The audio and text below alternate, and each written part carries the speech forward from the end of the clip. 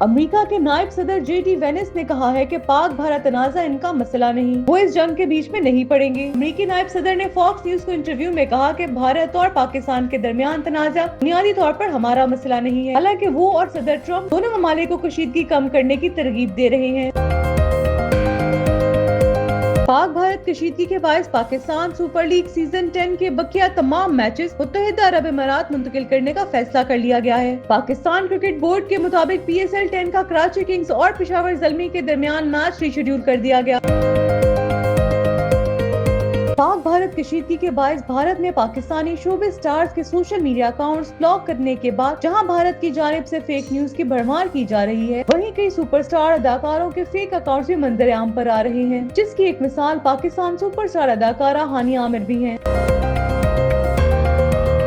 محکمہ موسمیات نے ملک بھر کے مختلف علاقوں میں آئندہ 24 گھنٹوں کے دوران آندھی، گرج چمک اور بارش کی پیش گوئی کی ہے۔ وفاقی دارالحکومت اسلام آباد اور اس کے گرد و نواح میں موسلادھار بارش اور ژالہ باری کا امکان ظاہر کیا گیا ہے۔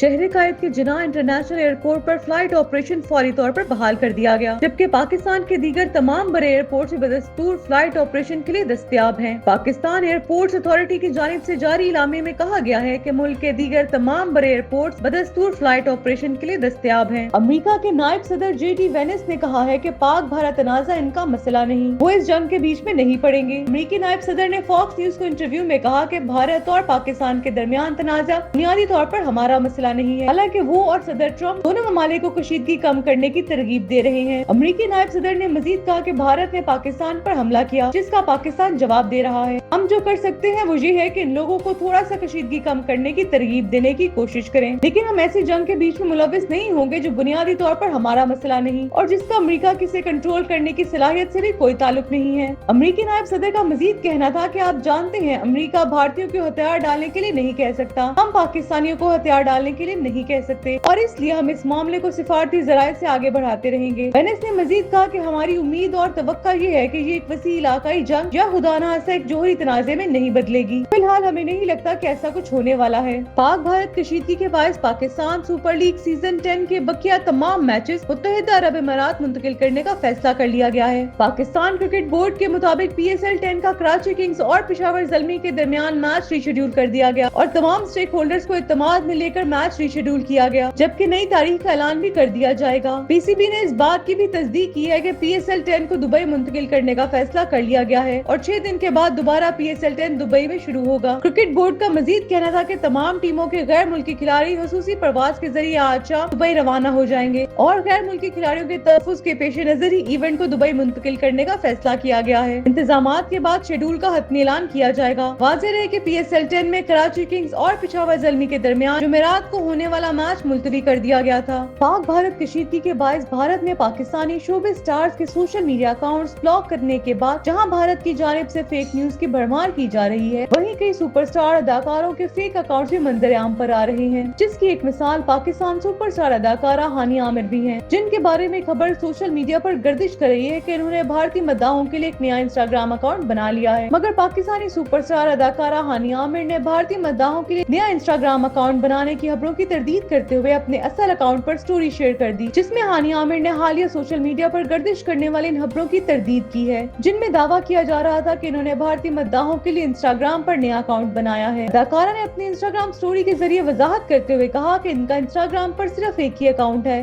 اور اس کے علاوہ کسی بھی اکاؤنٹ سے ان کا کوئی تعلق نہیں۔ ہانیہ عامر نے اپنے مداحوں کو خبردار کرتے ہوئے کہا کہ اگر کسی کو ان کے نام سے منسوب کسی اور اکاؤنٹ سے فرینڈ ریکویسٹ موصول ہو تو اسے فوری طور پر رپورٹ کریں۔ اداکارہ نے مداحوں کا شکریہ ادا کرتے ہوئے درخواست کی کہ جعلی اکاؤنٹ سے محتاط رہیں۔ یاد رہے کہ چند روز قبل ایسی خبریں سامنے آئی تھی کہ بھارت میں پہلگام واقعے کے بعد ہانیہ عامر کے اصل اکاؤنٹ پر ممکنہ پابندی کے باعث انہوں نے بھارتی مداحوں کے لیے نیا انسٹاگرام اکاؤنٹ بنایا ہے، تاہم اداکارہ نے ان افواہوں کو غلط قرار دے کر ان کی تردید کر دی ہے۔ محکمہ موسمیات نے ملک بھر کے مختلف علاقوں میں آئندہ 24 گھنٹوں کے دوران آندھی، گرج چمک اور بارش کی پیش گوئی کی ہے۔ وفاقی دارالحکومت اسلام آباد اور اس کے گرد و نواح میں موسلادھار بارش اور ژالہ باری کا امکان ظاہر کیا گیا ہے۔ محکمہ موسمیات کے مطابق خیبر پختونخوا کے بیشتر اضلاع میں مطلع برآلود رہے گا اور پشاور، نوشہرہ، مردان، چارسدہ، سوابی، چترال، سوات، شانگلہ، دیر، مالاکنڈ، بنیر، کوہستان، مانسہرہ، بٹگرام میں بارش کا امکان ہے۔ سورگر، ایبٹ آباد، ہری پور، باجوڑ، مہمند، کوہاٹ، اورکزئی، خیبر، کرم، ڈی آئی خان، بنو، لکی مروت، ٹانگ، شمالی اور جنوبی وزیرستان میں گرج چمک کے ساتھ بارش، جبکہ چند مقامات پر ژالہ باری کا بھی امکان ہے۔ گزشتہ روز بھی مختلف علاقوں میں بارش ہوئی، جن میں دیر، ایبٹ آباد، سوات، مانسہرہ، مردان اور پشاور شامل ہیں۔ پشاور میں 10 ملی میٹر، دیر میں 11، بالا کوٹ میں 9، کاکول اور تیمرگرہ میں